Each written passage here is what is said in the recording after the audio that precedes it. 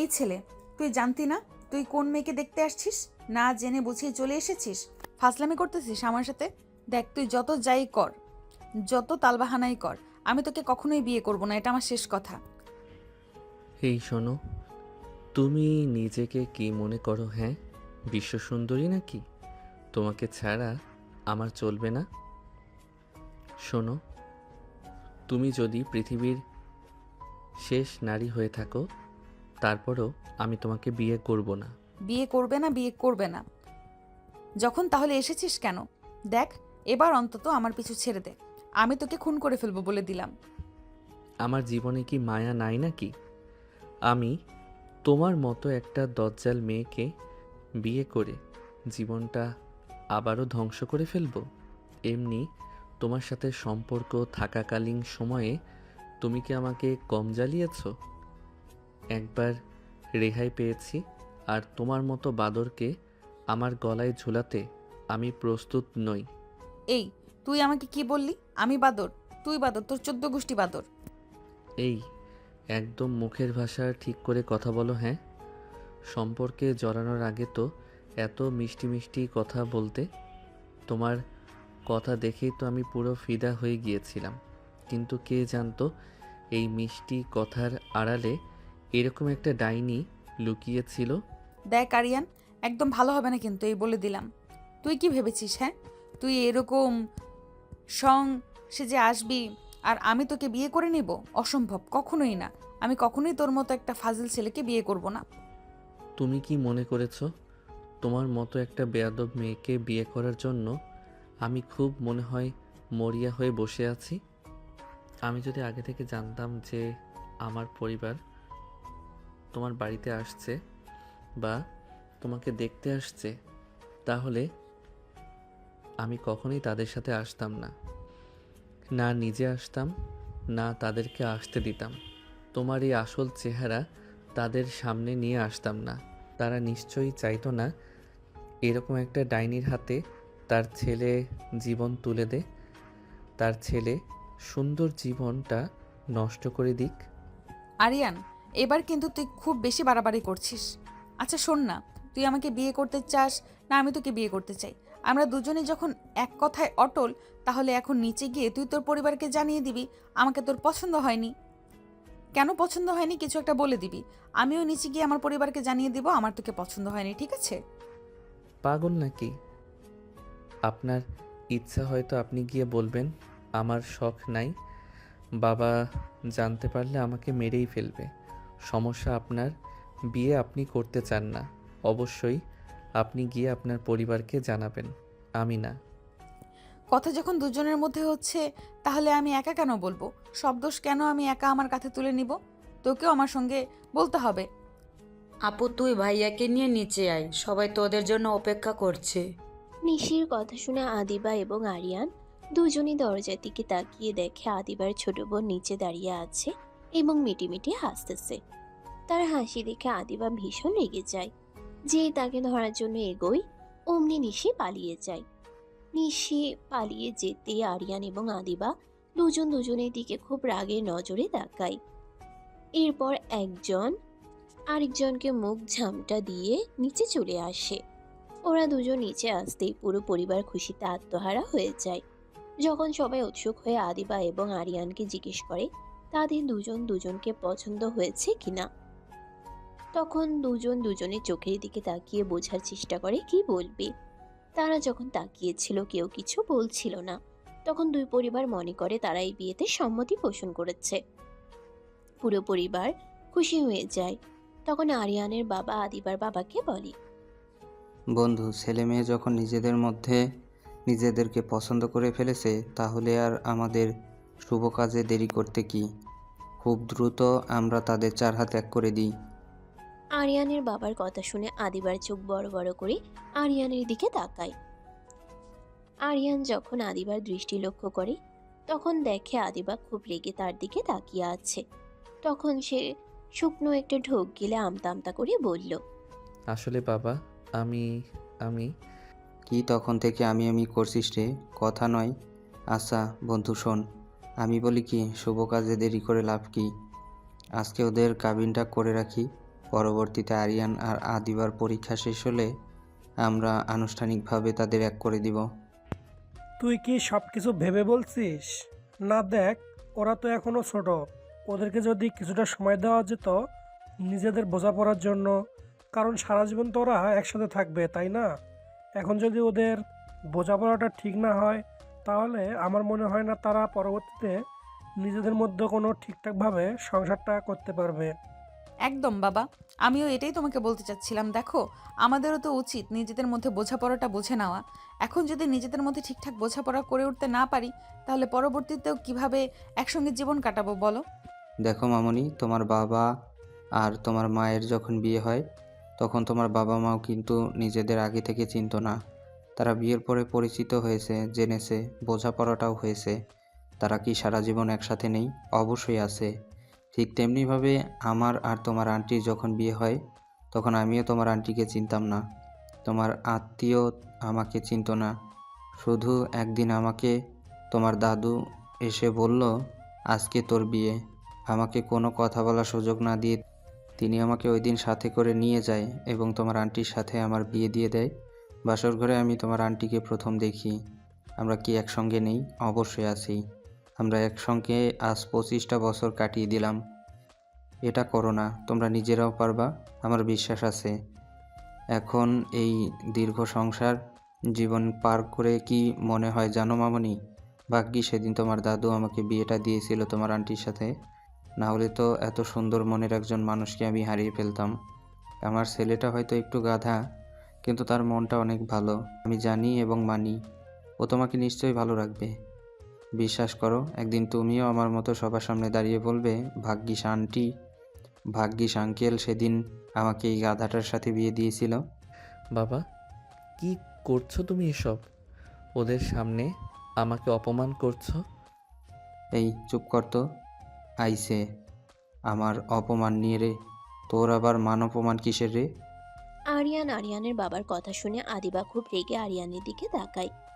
আরিয়ান যখন দেখে আদিবা তার দিকে খুব রাগী দৃষ্টিতে তাকিয়ে আছে, তখন সে বেচারা ভাব দেখিয়ে মাথা নত করে নেয়। আরিয়ানের এমন ভীতু ভাব দেখে আদিবা মনে মনে বলে, শালা ভিতুর ডিম কোথাকার! প্রেম করার সময় তো খুব সাহস নিয়ে আসছিলি প্রেম করতে। আগে যদি জানতাম যে তুই এরকম বাবার বাধ্য ছেলে, ভিতুর ডিম, তাহলে কি তোর পেছনে আমি আমার এতগুলো সময় নষ্ট করতাম? আগে বিয়েটা কর, তারপর তোর একদিন কি আমার একদিন। অনেক সাবধান করেছি আমি, কিন্তু তুই সাবধান হোসনি। এখন যা হবে তার জন্য সম্পূর্ণ দায়ভার তোর। আদিবার বাবা আরিয়ানের বাবাকে বোঝানোর চেষ্টা করেছে, কিন্তু আরিয়ানের বাবা এক কথাতে অটল ছিল। আজকে সে তাদের কাবিন করিয়ে তারপর সেখান থেকে যাবে। আদিবার বাবাও তার ছোটবেলার বন্ধুর এমন একটা আবদার ফেলতে না পেরে শেষমেশ বন্ধুর আবদারের কাছে হার মেনে তার বন্ধুর কথা মেনে নেয়। আদিবা অনেক চেষ্টা করেছিল বিয়েটা আটকানোর, কিন্তু আরিয়ানের বাবা কারো কোনো কথা না শুনে আরিয়ান আর আদিবার বিয়েটা দিয়ে দেয়। বিয়ে হওয়ার পর আদিবা আরিয়ানকে অনেক খুঁজেছে আলাদা কথা বলার জন্য। আরিয়ান বুঝেছে আদিবা যদি কোনোভাবে আজকে তাকে একা পায়, তাহলে আজকে আর তাকে আস্ত রাখবে না।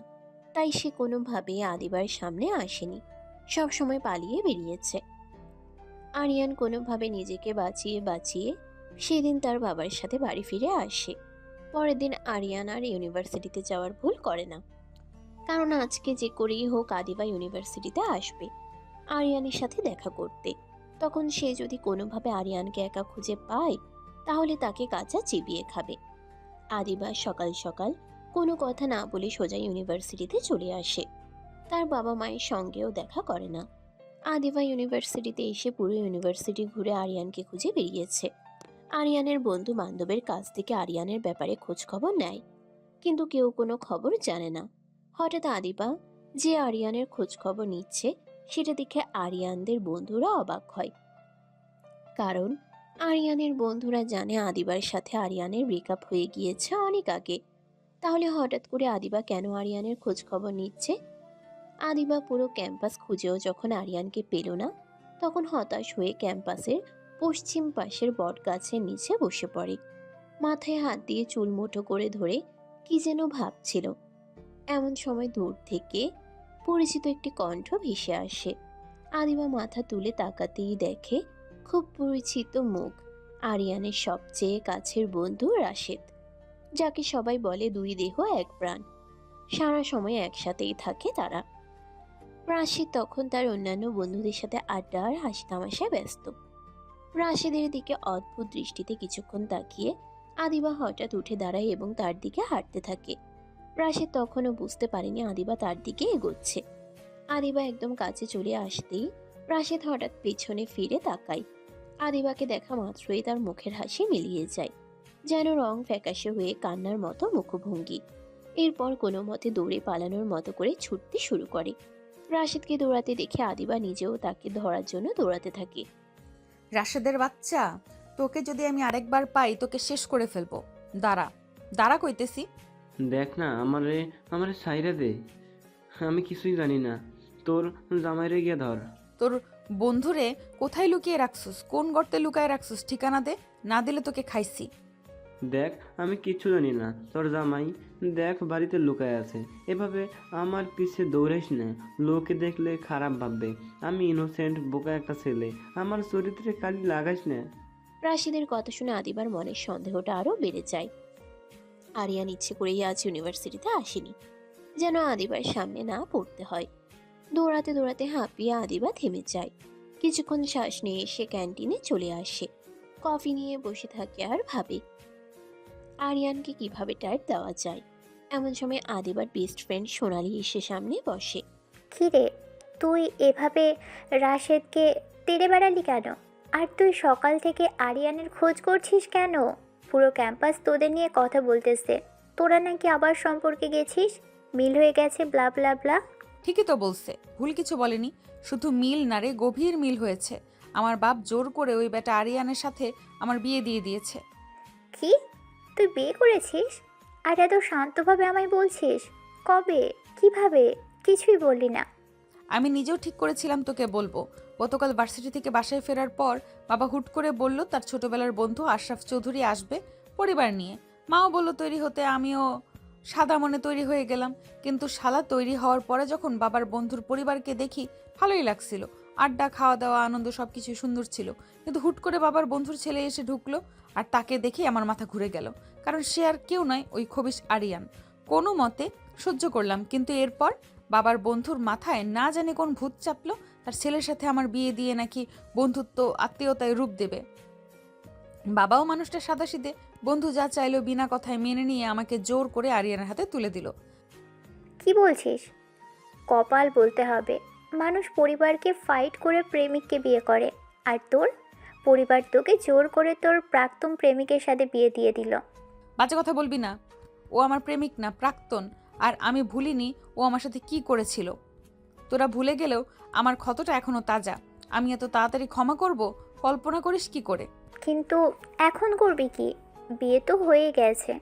ও এখন শুধু প্রেমিক নয়, ও তোর স্বামী। সারা জীবন তোকে তার সাথেই থাকতে হবে। বিয়ে ছেলে খেলা নয়। তোদের নিজেরা বসে কথা বলা উচিত। অসম্ভব। আমি কখনোই ওই দিনটা ভুলতে পারবো না।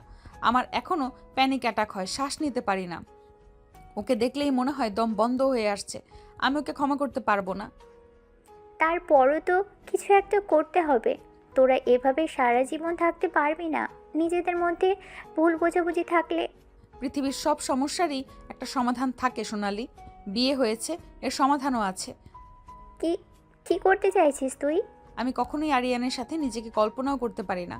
সারা জীবন কষ্ট নিয়ে বাঁচতে পারবো না। তাই একটা পথই আছে, আরিয়ানকে ডিভোর্স দিতে হবে। আমি তার সাথে থাকতে পারবো না। কি বলছিস? তুই কি পাগল হয়েছিস? তুই বললেই তো আরিয়ান ডিভোর্স দিয়ে দেবে এমন কি? ও কি চাই? তুই কি ওর সাথে কথা বলেছিস? আমার মনে হয় ওর সাথে কথা বলা উচিত। সোনালির সাথে কথা বলতে বলতে আদিবা হঠাৎ কেমন যেন অন্যমনস্ক হয়ে যায়। সোনালিও আর কিছু জিজ্ঞেস করে না, কারণ সে বুঝতে পারে আদিবা নিজের মধ্যে নেই, পুরোপুরি অতীতে ডুবে গেছে। সে চায় না আদিবার সামনে তার পুরনো কালো অতীত আবার উঠে আসুক। সেদিন আর তেমন কথা হলো না। সারাদিন ক্লাস শেষে আদিবা বাসায় ফিরে আসে। বাবা মায়ের সাথে কোনো কথা না বলে সোজা নিজের ঘরে ঢুকে দরজা আটকে দেয়। ঘরে বসে থাকতে থাকতে তার চোখ থেকে কয়েক ফোঁটা পানি ঝরে পড়ে। আদিবা ধীরে বলে, তুমি এমনটা কেন করলে আরিয়ান? আমাদের তো এই দিনটা নিয়ে কত স্বপ্ন ছিল, কত আশা ছিল। আমরা তো নিজেরাই সব কিছু গুছিয়ে নিতে পারতাম। আর তুমি সব কিছু ভেঙে দিলে। আমার ভালোবাসাকে তুমি অপমান করেছো। আমি তোমাকে কখনো ক্ষমা করতে পারবো না, কখনোই না। আরিয়ান প্রায় এক সপ্তাহ পরে আজকে প্রথম ইউনিভার্সিটিতে এসেছে। সে খুব ভয়ভীত হয়ে আশপাশটা খুঁজে দেখছে কোথাও আদিবা আছে কিনা, কিন্তু সে কোথাও আদিবাকে পায় না। আরিয়ান মনে করে হয়তো আদিবা আজ ভার্সিটিতে আসেনি, তাই সে একটু নিশ্চিন্ত হয়ে তার বন্ধু মহলের কাছে যায় এবং সবার সাথে আড্ডা দিচ্ছিল। ঠিক তখনই হঠাৎ করে রাশেদ এসে আরিয়ানকে পেছন থেকে জড়িয়ে ধরে বলে, শালা তুই সেদিন না এসে আমাকে যে ফাঁসানি দিয়েছিস, আরেকটু হলে তোর বউ তো আমাকে মেরে ফেলছিল। লোকাল বিয়ে করার সময় কিছু বললি না, অথচ বিয়ের পরে ফোন দিয়ে বলিস তোর বিয়ে হয়ে গেছে। মানে এইটা কি ফাজলামি করিস তুই? আর ওপর থেকে বিয়ের দাওয়াতও খেতে দিতে পারলি না, মরা লাগে আমাদের। দেখ আমি তোকে বলেছি কোনো পরিস্থিতিতে দেখ আমি তোকে বলেছি কোন পরিস্থিতিতে কিভাবে আমি বিয়ে করতে বাধ্য হয়েছি। না হলে তোর কি মনে হয় আমি সেই ফাজিল মেয়েটাকে বিয়ে করতাম যে সামান্য সম্পর্কে থাকা অবস্থাতেই আমার জীবনটা জাহান্নাম করে দিছিল? তাকে সারা জীবনের জন্য নিজের জীবনের সাথে বাঁধবো? এটা তুই ভাবলি কিভাবে? কখনোই না। আমি কখনোই ওকে বিয়ে করতে সম্মতি দেইনি। আমার বাপ আমার সম্মতি না নিয়েই ওর মতো একটা মেয়ের সঙ্গে আমার বিয়ে দিয়েছে। তোকে তো আমি বলেছিলাম নিজের ভালো বুঝে বাপকে বুঝিয়ে বল তুই বিয়ে করবি না। তখন কেন বললি না? এখন তুই সবার সামনে আমাকে ছোট করে অপমান করে কথা বলছিস। হঠাৎ করে পেছন থেকে পরিচিত কণ্ঠস্বর শুনে আরিয়ান বেশ চমকে যায়। সে কখনোই আশা করেনি আদিবা এখানে থাকবে। আরিয়ান আর রাশেদ দুজনেই পিছনে ফিরে দেখে আদিবা দাঁড়িয়ে আছে। তার চোখে মুখে একটা অসহায়ত্ব ফুটে উঠেছে। অন্য সময় হলে হয়তো আরিয়ান ভয় পেত, মজা করত, পালিয়ে যেত, কিন্তু আজ আদিবাকে কেমন যেন অন্যরকম লাগছে। যেন রাগ নেই, শুধু গভীর কষ্ট। রাশেদ আদিবাকে দেখে দ্রুত সরে যায়, কারণ সে বুঝতে পারে এদের ভুল বোঝাবুঝি না মিটলে কখনোই শান্তি আসবে না। আরিয়ান রাশেদকে আটকাতে চাইছিল, কারণ সে আদিবার সাথে একা থাকতে চায় না। এই মেয়ে যে কখন রেগে গিয়ে গায়ে হাত তুলবে সেটাও বলা যায় না। আরিয়ানের কেমন যেন ভয় ভয় লাগছিল। আদিবা এবার আরিয়ানের দিকে এগিয়ে এসে বলল, তোকে আমি সেদিন বারবার করে বলেছিলাম আরিয়ান তুই প্লিজ তোর বাবাকে বোঝা বিয়েটা ভেঙে দিতে, কিন্তু তুই তখন কি করলি? চুপচাপ তোর বাবার কথা শুনে বিয়েটা করে নিলি। এখন তুই সবার সামনে এমনভাবে সব কিছু উপস্থাপন করছিস যেন তোকে ফাঁসানো হয়েছে। আর আমি আগে থেকেই সব জানতাম, যেন আমাকে জোর করে তোর কাঁধে ঝুলিয়ে দেওয়া হয়েছে। দেখো আদিবা, তুমি যেমনটা ভাবছো এমনটা কিছুই না। তুমি যদি সবটাই আমার ঘাড়ে চাপিয়ে দাও তাহলে আমিও তো বলতে পারি আমি তোমাকে বলেছিলাম আদিবা তুমি বিয়েটা করো না। আমি না হয় আমার বাবাকে ভয় পাই, অনেক ভীত স্বীকার করলাম, কিন্তু তুমি তো সাহসী মেয়ে, তাহলে তুমি কেন তোমার বাবাকে নিষেধ করতে পারলে না? তখন তো তুমিও কিছু বলনি, চুপচাপ বিয়েটা করে নিলে। এখন সবটা আমার ঘাড়ে চাপিয়ে দিলে হবে? তোমাকেও তো কিছুটা দায়িত্ব নিতে হবে, তাই না? আমি কারোর ওপর কিছু চাপিয়ে দিচ্ছি না, তবে দোষটা যেহেতু আমাদের দুজনার, ভুলটাও যেহেতু আমাদেরই হয়েছিল, তাহলে এই ভুলটা শুধরে নেওয়ার দায়িত্বও নিশ্চয়ই আমাদেরই হবে। তাই আমি বলছিলাম একটা কাজ করা যায়, বিয়েটা তো হয়ে গেছে, এখন আর আমরা কিছু করতে পারবো না, তবে এমন একটা কাজ করতে পারি যেখানে কারোর কিছু বলার থাকবে না। হঠাৎ করে আদিবার মুখ থেকে এমন কথা শুনে আরিয়ানের চোখ মুখ কুঁচকে গেল। সে সন্দেহ নিয়ে কাঁধ ঘুরিয়ে তাকালো, দেখলো আদিবা তখনও চোখ মুখ শক্ত করে আরিয়ানের দিকে তাকিয়ে আছে তার উত্তর শোনার জন্য। আরিয়ানের এবার মনে মনে বেশ ভয় হতে থাকে। আসলে আদিবা বলতে কি চাইছে, কিন্তু তারপরেও সে আগ্রহ নিয়ে আদিবার দিকে তাকিয়ে থাকে তার উত্তরটা শোনার জন্য। আদিবা যখন আরিয়ানের মুখের দিকে তাকিয়ে দেখে, বুঝতে পারে যে আরিয়ান শুনতে চাইছে সে কি বলতে চাচ্ছে। তাই সে আর দেরি না করে বলে উঠল, দেখো আরিয়ান, আগে যেটা হয়েছে সেটা আমাদের হাতে ছিল, এই জন্য আমরা আলাদা হয়ে যেতে পেরেছিলাম, কিন্তু গতদিন যেটা হয়েছে সেটা আমাদের হাতে ছিল না, সেখানে আমাদের দুজনের কোনো ভুল ছিল না, কিন্তু তারপরেও আমাদের দুজনকে শাস্তি দেওয়া হয়েছে। তাই আমি চাই আমরা এই শাস্তিটা আর বেশি দিন বহাল না রাখি। আমার মনে হয় আমাদের আলাদা হয়ে যাওয়া উচিত। আলাদা বলতে কি বোঝাতে চাইছো তুমি? আমরা তো এখনো আলাদাই আছি, তাই না? শুধু একটা কাগজে কলমে সই দিলেই পারে তো, আর এক হয়ে যাওয়া যায় না? যেমনটা আমরা হতে পারিনি। তাই তুমি চিন্তা করো না, আমি কখনো তোমাকে বিরক্ত করব না। এটা বিরক্ত করা বা বিরক্ত না করার মতো কোনো কথা না। দেখ, তুই আমাকে সহ্য করতে পারিস না, আমিও তোকে সহ্য করতে পারি না। আমাদের মধ্যে ভালোবাসার ছিটা কোথাও এখন আর অবশিষ্ট নেই। তাই আমার মনে হয় আমাদের দুজনের ভালোর জন্য, আমাদের সুন্দর সুস্থ জীবনের জন্য আমাদেরই পদক্ষেপটা নেওয়া উচিত। আমাদের ডিভোর্স নিয়ে নেওয়া উচিত, যেটা তোর আমার দুজনের জন্যই মঙ্গলময় হবে। আমাদের উপর চাপিয়ে দেওয়া সম্পর্ক থেকে আমাদের বেরিয়ে আসা উচিত। হঠাৎ করে আদিবার মুখ থেকে ডিভোর্সের কথা শুনে আরিয়ানের চেহারার রং বদলে যায়। আদিবা যে এত উঁচু করে এমন কথা বলবে, এটা সে কখনো কল্পনা করেনি। সে ভাবতেও পারেনি আদিবা এত সহজে তাদের ডিভোর্সের কথা বলে দেবে। যেভাবেই হোক, যেমন করেই হোক, তাদের বিয়েটা তো হয়েছে। আরিয়ান এক্সেপ্ট করেছিল আদিবা স আরিয়ান এক্সপেক্ট করেছিল আদিবা সব কিছু ভুলে আবার নতুন করে জীবন শুরু করবে। যদিও আদিবা যে পরিমাণ অভিমানী আর একরোখা একটা মেয়ে, সে যে সহজে রাজি হবে না এটা বুঝে গিয়েছিল। কিন্তু সমস্যা হলো, সে ভালো মন্দ বিচার না করে অতীতের ঘটনার সূত্র ধরে তার বর্তমান জীবনটাকে নষ্ট করে দিচ্ছে। কারণ যেভাবেই হোক, যেমন ভাবেই হোক, তাদের বিয়েটা হয়েছে। তাই আরিয়ান এটা কখনোই ভাবেনি আদিবা তাকে ছেড়ে চলে যাবে বা ডিভোর্সের কথা বলবে। হয়তো সীমিত সময়ের জন্য রাগ করে থাকবে, ঝগড়া করবে, মারামারি করবে, অভিমান করে থাকবে। কিন্তু তারপরেও আদিবা এত সহজে কিভাবে ডিভোর্সের কথা বলতে পারে? আরিয়ানকে হঠাৎ এভাবে তার দিকে তাকিয়ে এত গভীর মনোযোগে কিছু চিন্তা ভাবনা করতে দেখে আদিবা বলল, কি হলো? এভাবে কি ভাবছো? দেখো, আমি যেটা বলছি এতে দুজনেরই সুবিধা। কারণ তুমি আমি দুজনেই খুব ভালোভাবে জানি আমাদের দুজনের মধ্যে আর কোনো কিছু ঠিক হওয়া সম্ভব না।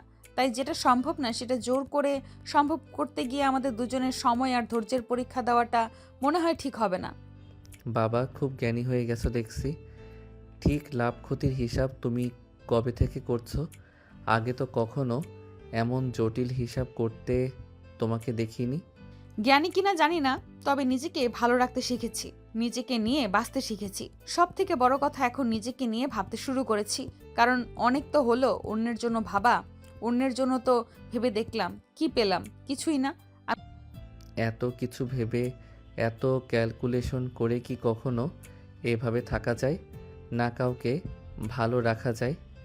তাই বলো। আমি এত কিছু জানতে চাই না, শুনতেও চাই না, বুঝতেও চাই না। আমি শুধু চাই আমাদের সিদ্ধান্ত একটাই হোক, আমরা আলাদা হয়ে যাচ্ছি। অসম্ভব, আমার পক্ষে সম্ভব নয়। বাবা যদি জানতে পারে তাহলে আমাকে মেরে ফেলবে। আমি পারবো না। তোমার প্রয়োজন হলে তুমি দিয়ে দাও, আমি পারবো না। তাহলে তুই কি চাস? তুই কি চাস সারা জীবন এই মিথ্যা সম্পর্কটা বয়ে নিয়ে বেড়াতে? আমি তো চাই না, আর আমার পক্ষে সম্ভব না তোর মতো একটা হনুমানকে নিজের গলায় ঝুলিয়ে বেড়ানো। আমি পারবো না। আদিবার মুখে ডিভোর্সের কথা শুনে আরিয়ান যেন আকাশ থেকে পড়ল। সে ভাবতেই পারেনি আদিবা এত দ্রুত এত বড় একটা সিদ্ধান্ত নিয়ে ফেলবে। তার হাত পা ঠান্ডা হয়ে আসতে লাগলো। বাবার অসুস্থ মুখের ছবিটা তার চোখের সামনে ভেসে উঠল। সে জানে এই খবরটা তার বাবা সহ্য করতে পারবেন না। আদিবা, প্লিজ তুই একটু বোঝার চেষ্টা কর। আমি মানছি আমাদের মধ্যে সমস্যা আছে, কিন্তু তাই বলে ডিভোর্স? তুই কি জানিস এর ফলাফল কি হতে পারে? আমাদের দুই পরিবারের মধ্যে কি হবে? আর বাবার হার্টের কন্ডিশন। তোর বাবার হার্টের কন্ডিশন, আমার হার্টের কন্ডিশন, আমার মনের কন্ডিশন, সেটার খোঁজ কি কেউ রেখেছে? সবাই শুধু নিজের সুবিধাই দেখছে। তোর বাবা তার বন্ধুত্বের সুবিধা দেখলো, তুই তোর বাবার ভয়ের সুবিধা দেখলি, আর মাঝখান থেকে বলির পাঠা হলাম আমি। আমি জানি তুই রেগে আছিস, আর তোর রাগ থাকাটাও স্বাভাবিক, কিন্তু তাই বলে এত বড় সিদ্ধান্ত হুট করে নেওয়া ঠিক না। আমাকে একটু সময় দে, আমি কথা দিচ্ছি আমি সব ঠিক করার চেষ্টা করব। সময়? আর কত সময় দেব তোকে? আমাদের সম্পর্কটা যখন ভাঙছিল তখনও তোকে সময় দিয়েছিলাম। কি করেছিলি তুই সেই সময় নিয়ে? কিছুই না। উল্টো আমাকে দোষী প্রমাণ করে চলে গিয়েছিলি। আজ আবার সময় চাচ্ছিস কিসের জন্য? নতুন কোনো নাটক সাজানোর জন্য? না দিবা, বিশ্বাস কর, আমি এবার সত্যিই চেষ্টা করব। আমি জানি আমি ভীতু, আমি বাবার মুখের উপর কথা বলতে পারি না, কিন্তু তাই বলে আমি তোকে ঠকাতে চাই না। আমাদের বিয়েটা যখন হয়েই গেছে, তখন অন্তত একটা সুযোগ তো আমাদের নিজেদের দেওয়া উচিত। সুযোগ? কিসের সুযোগ? আবার নতুন করে কষ্ট পাওয়ার সুযোগ? আমি আর পারবো না আরিয়ান, আমার পক্ষে সম্ভব না। আমি কালই চলে যাচ্ছি। আদিবা আর কোনো কথা না বলে সেখান থেকে চলে যাওয়ার জন্য পা বাড়ালো। আরিয়ান দিশেহারা হয়ে খপ করে আদিবার হাত ধরে ফেলল। আরিয়ানের স্পর্শ লাগতেই আদিবা যেন ইলেকট্রিক শক খেলো। ঝটকা দিয়ে নিজের হাত ছাড়িয়ে নিল সে। তার চোখে তখন রাগের আগুন জ্বলছে। খবরদার আরিয়ান, আর কখনো আমাকে স্পর্শ করার সাহস দেখাবি না। তোর এই স্পর্শ আমার ঘৃণা লাগে। তোর মনে নেই তুই আমার সাথে কি করেছিলি? তোর এই নোংরা হাত দিয়ে আমাকে ছোঁয়ার কোনো অধিকার তোর নেই। সরি আদিবা, আমি সত্যিই সরি। আমি বুঝতে পারিনি। আমি আসলে আমি তোকে আটকাতে চেয়েছিলাম। প্লিজ তুই যাস না, অন্তত বাবার কথাটা একবার ভাব। ঠিক আছে, আমি তোর বাবার কথা ভেবে একটা শর্তে রাজি হতে পারি।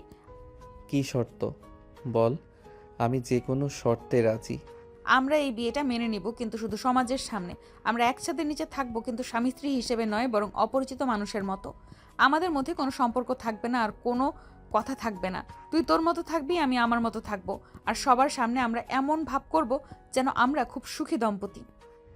এটা কেমন শর্ত আদিবা?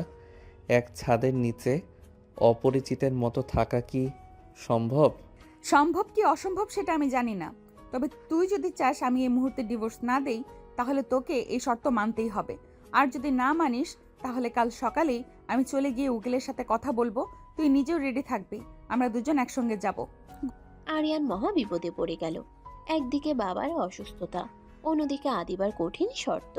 সে বুঝতে পারছিল না তার কি করা উচিত। কিন্তু এই মুহূর্তে আদিবাকে আটকানো ছাড়া তার আর কোনো উপায় ছিল না। তাই সে অনিচ্ছে সত্ত্বেও আদিবার শর্তে রাজি হয়ে গেল। হ্যাঁ, ঠিক আছে, আমি রাজি। তোর শর্ত আমি মেনে নিলাম। গুড, তাহলে আজ থেকেই আমাদের এই নতুন নাটক শুরু হলো। দেখা যাক এই নাটকের শেষ কোথায় গিয়ে দাঁড়ায়।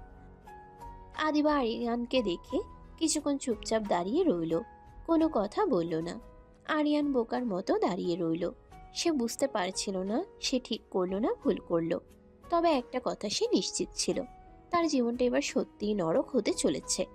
এক ছাদের নিচে প্রাক্তন প্রেমিকার সাথে অপরিচিতের মতো এক ছাদের নিচে প্রাক্তন প্রেমিকার সাথে অপরিচিতের মতো থাকা, এর চেয়ে বড় শাস্তি আর কি হতে পারে? এরপর আরিয়ান মনে মনে ভাবল, তুমি যতই বলো, সব কিছু এতটা সহজ নয় আদিবা, যতটা সহজ তুমি ভাবছো। ঠিক আছে, একবার যেহেতু তুমি একসাথে থাকতে রাজি হয়েছ, তখন নিশ্চয়ই আমি তোমার ভেতরে আমার প্রতি পুরনো প্রেমটা ঠিক জাগিয়ে তুলব। আমি জানি তুমি এখনও আমাকে ভালোবাসো।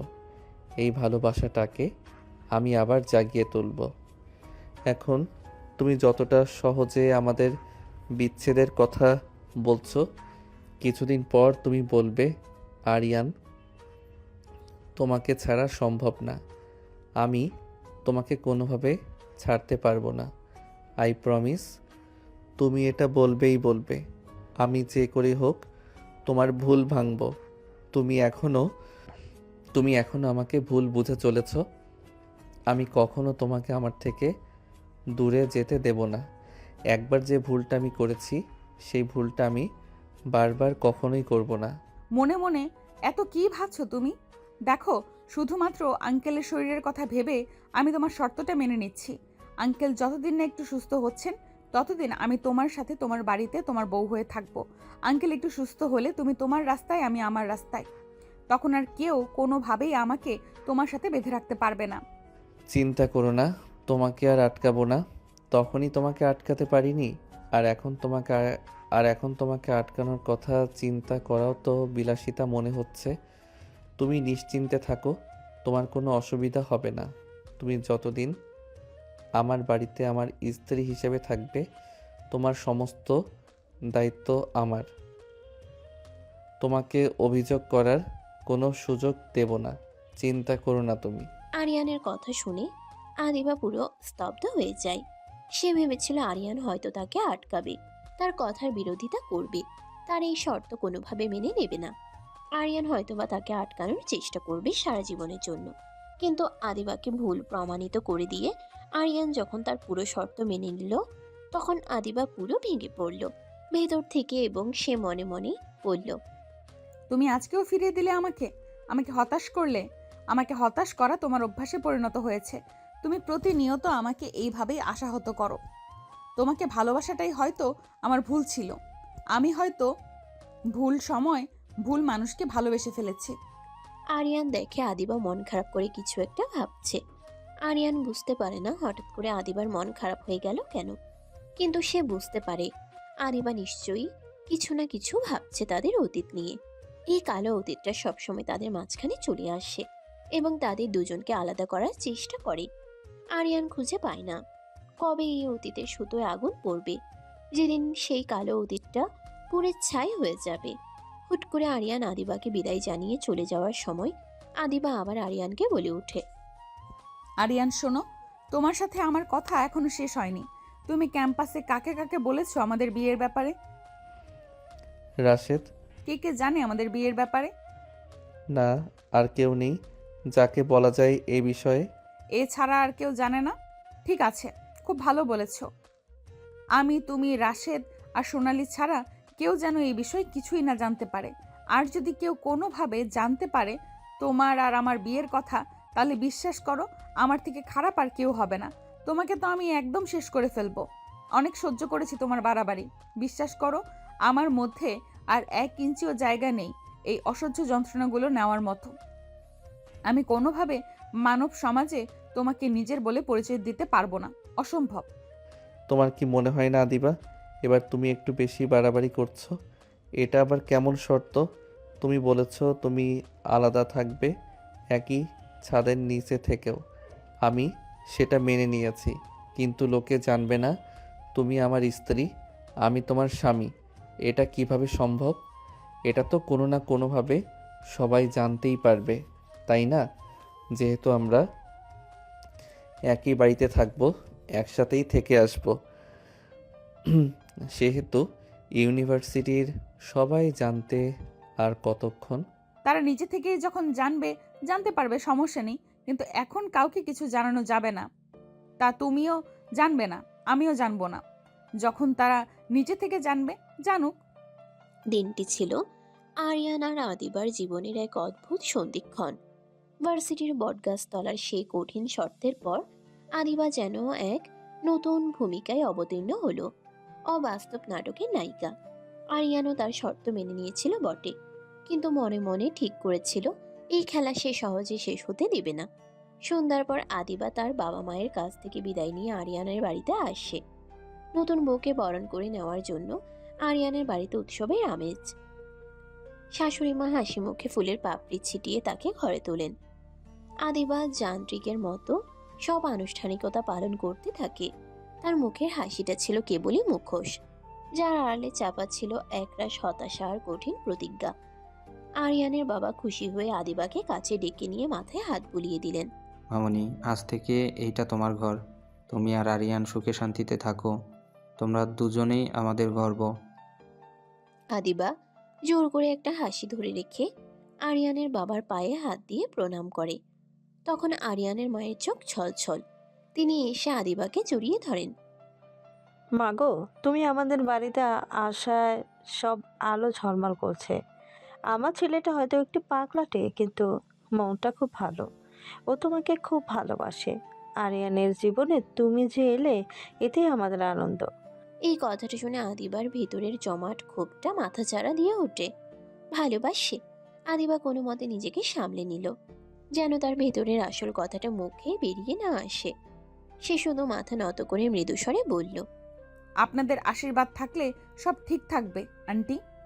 আন্টি নয় মা, এখন থেকে তুমি আমাকে মা রাখবে। চলো এবার তোমার রুমে যাও, নিশ্চয়ই তোমরা ক্লান্ত। অবশেষে সব আচার অনুষ্ঠান শেষ হলো। আরিয়ান আর আদিবা নিজেদের ঘরে প্রবেশ করলো। দরজা বন্ধ হতেই ঘরের আবহাওয়াটা যেন এক লহমায় জমে বরফ হয়ে গেল। বাইরে যে দুজনের মুখে সুখের আওয়াজ ছিল, ভেতরে তারা দুজনেই মুখোশ খুলে ফেলল। আদিবার চোখ কঠিন আর আরিয়ান ইতস্তত। তোমার কি মনে আছে আমাদের মধ্যে কি কথা হয়েছিল? মনে আছে আদিবা, তুমি যা শর্ত দিয়েছ আমি সব মেনে নিয়েছি। ভালো কথা। তাহলে এখন থেকে তোমার মনে রাখতে হবে, এই ঘরের ভেতরে তুমি আমার স্বামী নাও, আমি তোমার স্ত্রী নই। আমরা এই মুহূর্তে শুধুই দুজন অচেনা মানুষ। অচেনা মানুষ এতটা সহজ নাকি? একটা ছাদের নিচে দুজন মানুষ একসাথে থাকবে আর অচেনা হবে? তোমার পক্ষে অসম্ভব মনে হলে তুমি কাল সকালেই তোমার বাবাকে সব বলতে পারো, কিন্তু যদি থাকতে চাও তবে আমার শর্ত অক্ষরে অক্ষরে মানতে হবে। আরিয়ান দীর্ঘশ্বাস ফেলল। তার চোখ পড়ল নতুন করে সাজানো বাসর ঘরের দিকে। ঘর জুড়ে ফুলের সুবাস আর বিছানায় ফুলের পাপড়ি সজ্জা। কত স্বপ্ন ছিল এই দিনটি নিয়ে, কিন্তু আজ এই ঘর যেন তাদের স্বপ্নের কবর। এত কিছু দেখার দরকার নেই। ফুলগুলো সরিয়ে দেবে, আমার অ্যালার্জি আছে। আর আমি বিছানার এক কোণে ঘুমাবো। মাঝখানে অন্তত 5 হাত দূরত্ব বজায় রাখবে। আমি মাঝখানে একটা বালিশ বাউন্ডারি টেনে দিচ্ছি, সেটা যেন কোনোভাবেই পার না হয়। ঠিক আছে ঠিক আছে, নাটকের সব ডায়লগ আমাকে মুখস্থ করাতে হবে না। তুমি তোমার মতো থাকো, আমি তোমার কোনো দিকে যাব না। আমার কোনো আগ্রহ নেই আদিবা। আরিয়ান দ্রুত হাতে বিছানা থেকে ফুল সরাতে লাগলো। তার মনে তখন রাগ আর অপমান দানা বাঁধছে। আদিবা কেন মনে করে সে তাকে ছোঁয়ার জন্য মরিয়া, সে তার ভালোবাসার জন্য অপেক্ষা করবে, কিন্তু জোর খাটাবে না। মনে থাকে যেন, এই সীমা পেরোলে কালই আমি ডিভোর্স ফাইল করব। শোনো আদিবা, তুমি অযথা বাড়াবাড়ি করছো। আমি আমার বাবার জন্য তোমার শর্ত মেনেছি, কারণ আমি জানি এই বয়সে তিনি এই আঘাত সইতে পারবেন না। কিন্তু তুমি আমার সাথে এমন ব্যবহার করছো যেন আমি একটা অপরাধী। তুমি কি অপরাধী নও আরিয়ান? তুমি সব ভুলে গেছো, কিন্তু আমি ভুলিনি। তোমার কাছে হয়তো সেটা অতীত, কিন্তু আমার কাছে সেটা কালো ক্ষত, যা তোমাকে দেখলেই দগদগ করে ওঠে। দয়া করে ভুলে যেও না তুমি আমার সাথে কি করেছিলে। আদিবার চোখে তখন পুরনো কষ্টের ছায়া। সে অসহায়ত্বের দৃষ্টি দেখে আরিয়ান কিছুক্ষণের জন্য স্তব্ধ হয়ে গেল। সে বুঝতে পারল আদিবার ভেতরের ক্ষতটা আজও কতটা গভীর। তার রাগটা যেন এক লহমায় কমে গেল। সে মৃদু স্বরে আদিবার দিকে তাকিয়ে বলল, আমি জানি আদিবা, কিন্তু আমি তো বলেছি আমি সব ঠিক করে দেব। একবার সুযোগ দাও। সুযোগ আর নেই, সব ফুরিয়ে গেছে। এবার লাইটটা বন্ধ করে দাও, আর কোনো কথা নয়। আরিয়ান আর কোনো কথা না বলে লাইট বন্ধ করে দিল। ঘর ডুবে গেল অন্ধকারে। আদিবা আর আরিয়ান দুজনেই পাশাপাশি শুয়ে রইল, কিন্তু তাদের মাঝে ছিল আকাশ পাতাল দূরত্ব। তুমি ভুল করছো আদিবা, তুমি তোমার অভিমান দিয়ে আমাকে আরও দূরে ঠেলে দিচ্ছ। তুমি মনে করছো আমি তোমাকে ভুলে গেছি, কিন্তু তুমি জানো না সেই কালো দিনটা আমার মনেও কতটা দাগ দাগ কেটেছে। তুমি আমার কাছ থেকে পালিয়ে থাকতে চাও, কিন্তু আমি তোমাকে পালাতে দেব না। আমি জানি তোমার মনের ভেতরেও কোথাও না কোথাও সেই পুরনো আরিয়ানটা লুকিয়ে আছে। আমার ভালোবাসার আলো একদিন ঠিক এই অন্ধকার ঘুচিয়ে দেবে। আমি অপেক্ষা করব। আজ তুমি আমার শর্ত মেনে নিলে আরিয়ান। কেন, তুমি কি সত্যিই আমাকে আর ভালোবাসো না? তুমি একবারও আমাকে আটকালে না, একবারও বললে না যে ডিভোর্স দিতে হবে না। এটাই কি তোমার ভালোবাসা? তুমি আমাকে একবারও প্রমাণ করে দিলে, তুমি আমাকে আবারও প্রমাণ করে দিলে তুমি কাপুরুষ। তোমার দুর্বলতা আমাকে আরো কঠিন করে তুলেছে। তুমি চেয়েছিলে আমি দুর্বল হয়ে তোমার কাছে ফিরে আসি, অসম্ভব। তোমার বাবার অসুস্থতা না থাকলে আমি এই মুহূর্তে 1 সেকেন্ডও এই নরকে থাকতাম না। যত দ্রুত সম্ভব এই নাটক শেষ করতে হবে। আমাকে শক্ত হতে হবে। আরিয়ানের প্রতি 1 ইঞ্চি সহানুভূতি দেখালেও আমি হেরে যাব। রাত গভীর হলো। নতুন বউ বরের ঘরে নেমে এলো এক অচেনা নীরবতা। এক ছাদের নিচে দুজন মানুষ, যারা একদিন একে অপরের সর্বস্ব ছিল, আজ তারা পরস্পরের কাছে অপরিচিতের চেয়েও বেশি। তারা যেন দুটি দ্বীপ, যা সমুদ্রের ঠিক মাঝখানে দাঁড়িয়ে থেকেও একে অপরের কাছে পৌঁছানোর কোনো পথ খুঁজে পাচ্ছে না। পরদিন সকালে এই কঠিন শর্ত নিয়েই শুরু হবে তাদের নতুন দাম্পত্য জীবনের অভিনয়। আরিয়ান আর আদিবার জন্য সেই রাত ছিল এক শীতল বিভীষিকা। সকালে উঠে তারা একে অপরের দিকে না তাকিয়েই তৈরি হলো, যেন ঘরে দুজন নয়, দুটি ছয়া বাস করে। তাদের নতুন দাম্পত্যের প্রথম দিনটি শুরু হতে চলেছে ভার্সিটির ক্যাম্পাসে, যেখানে তাদের দাম্পত্যের সত্যতা কঠোরভাবে গোপন রাখতে হবে। আদিবা আরিয়ানের ঠিক 15 মিনিট পরে ক্যাম্পাসে প্রবেশ করল। তার মুখে আজ স্বাভাবিকের চেয়েও বেশি আত্মবিশ্বাস, যেন সে তার ভেতরের কষ্টটা ঢাকতে চাইছে। দূর থেকে আরিয়ানকে তার বন্ধুদের সাথে আড্ডা দিতে দেখেও সে এমন ভাব করলো যেন তাকে চেনেই না। অন্যদিকে আরিয়ান বন্ধুদের সাথে হাসলেও তার চোখ বারবার আদিবার দিকে চলে যাচ্ছিল। সে দেখছিল আদিবার প্রতিটি পদক্ষেপ। সে খেয়াল করছিল কোনো ছেলে তার আশেপাশে ভিড় করছে কিনা। ঠিক তখনই রাশেদ এসে তার পিঠ চাপড়ে বলল, কিরে শালা, গত এক সপ্তাহ তুই কোথায় গায়েব ছিলি? এই বিয়ে হয়ে গেছে, গাঁজাখুরি গল্প বলে পালাতে পারবি না। তোর বউয়ের খবর কি? চুপ করো তো, আমার কোনো বিয়ে টিয়ে হয়নি। ওটা বাবার পুরনো বন্ধুর সাথে ইয়ার্কি ছিল। আর কোথায় ছিলাম সেটা দিয়ে তোর কি দরকার? ক্লাসে ছিলাম, আর আমার বউয়ের দরকার নেই, আমি শান্তিতে আছি। ঠিক তখনই আদিবা সোনালির সাথে হেঁটে আসছিল। আরিয়ানের কথাগুলো দূর থেকে শুনতে পেয়ে আদিবা মনে মনে ভাবল, শান্তিতে তো তুই থাকবি না, আমার শর্ত তোকে একটু একটু করে কষ্ট দেবে। আদিবা সোনালির সঙ্গে কথা বলতে বলতে এগিয়ে গেল ডিপার্টমেন্টের ভবনের দিকে। আদিবা আর সোনালি যখন লাইব্রেরির পাশের বারান্দায় দাঁড়িয়ে ক্লাসের নোট দেখছিল, তখন তাদের সিনিয়রের মধ্যে একজন, নাম তানিম, আদিবার দিকে এগিয়ে আসে।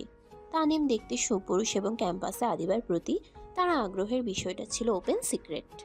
আদিবা, তুমি না গত সপ্তাহে একটা প্রজেক্টে হেল্প চেয়েছিলে? আমি পুরোটা নোট রেডি করেছি। দেখো, এখানে একটি কঠিন পয়েন্ট আছে। তানিম আদিবার খুব কাছে এসে ঝুঁকে পড়ল এবং পয়েন্টটা বোঝানোর জন্য আদিবার কাঁধের কাছে হাত রাখল। আদিবা সামান্য সরে আসার আগেই সোনালি পরিস্থিতি বুঝে তানিমকে ধাক্কা দিতে গেল, কিন্তু তার আগেই অন্য এক ঘটনা ঘটল। দূর থেকে এই দৃশ্য দেখছিল আরিয়ান। তার বুক ধক করে উঠল। তানিম যখন আদিবার গায়ে হাত দিল, তখন আরিয়ানের মন এক রহমায় ভুলে গেল তারা ডিভোর্সের শর্তে আছে। তারা অচেনা মানুষ, তাদের মাঝে 5 হাত দূরত্বের বাউন্ডারি। তার শুধু মনে হলো অন্য কোনো ছেলে তার স্ত্রীকে স্পর্শ করছে। রাগে আর অপমানে আরিয়ানের চোখ লাল হয়ে গেল। আদিবা, আরিয়ানের আচমকা চিৎকারে সবাই চমকে গেল। তানিম তার হাত সরিয়ে নিল। আদিবা ঘুরে তাকালো, তার চোখে তখন আগুন। আরিয়ান দ্রুত পায়ে হেঁটে তাদের দিকে এগিয়ে গেল। আরিয়ান এসে আদিবার ঠিক পাশে দাঁড়ালো। তার দৃষ্টিতে তখনও রাগ আর বিরক্তি স্পষ্ট। সে আদিবার দিকে না তাকিয়ে সরাসরি তানিমের দিকে তাকালো। তানিম ভাই, স্যার আপনাকে খুঁজছিলেন। জরুরি কিছু নিয়ে কথা বলার আছে। আপনার হাতে যে প্রজেক্ট ফাইলটা দেখছেন সেটা নিয়েই। আমাকে? কোন স্যার? আমি তো কোনো কথা। চলেন, দ্রুত চলেন, স্যার রেগে আছেন। আর আদিবা, তুমি ক্লাসে যাও। আরিয়ানের এই কর্তৃত্বপূর্ণ আচরণে তানিম বিভ্রান্ত হলেও আরিয়ানের কঠোর চোখ দেখে কোনো কথা বলতে সাহস পেল না। সে দ্রুত আরিয়ানের সাথে চলে গেল, কিন্তু যেতে যেতে একবার আদিবার দিকে সন্দেহের চোখে তাকালো। তুই কি করলি? এটা আরিয়ান, তোর মাথা ঠিক আছে? কিরে, আরিয়ানা তো রেগে গেল কেন? তোদের মধ্যে কি আবার কিছু শুরু হলো নাকি? তোরা তো এখন একে অপরের সাথে কথাই বলিস না। ওর মাথা খারাপ, দেখলি না? একটা ফালতু অজুহাত দেখিয়ে কিভাবে চলে গেল। আমার সাথে ওর কোনো সম্পর্ক নেই, চল ক্লাসে যাই। আদিবার আগে ফুঁসতে ফুঁসতে ক্লাসরুমের দিকে হাঁটা দিল। আরিয়ান তানিমকে একটা ফাঁকা করিডোরে নিয়ে গিয়ে বলল, ভাই, স্যারের কাছে যাওয়ার দরকার নেই, আমি আসলে ভুল বুঝেছিলাম। তানিম আরো হতবাক হয়ে চলে গেল। আরিয়ান তখন দেয়ালের দিকে ফিরে নিজের কপাল চাপড়ালো। আমি কি করলাম? কেন ওরকম করলাম? আমি তোকে ছুতেও চাই না, তাহলে অন্য কেউ স্পর্শ করলে আমার এত রাগ হলো কেন? তার ভেতরে এক নতুন ঝড় শুরু হলো। সে আদিবার শর্ত মেনে নিয়েছে, কিন্তু তার মন যেন গোপনের অন্য খেলা খেলছে। এদিকে ক্লাসে গিয়ে আদিবা চুপ করে বসে রইল। তার চোখে মুখে তখন এক কঠিন প্রতিজ্ঞা।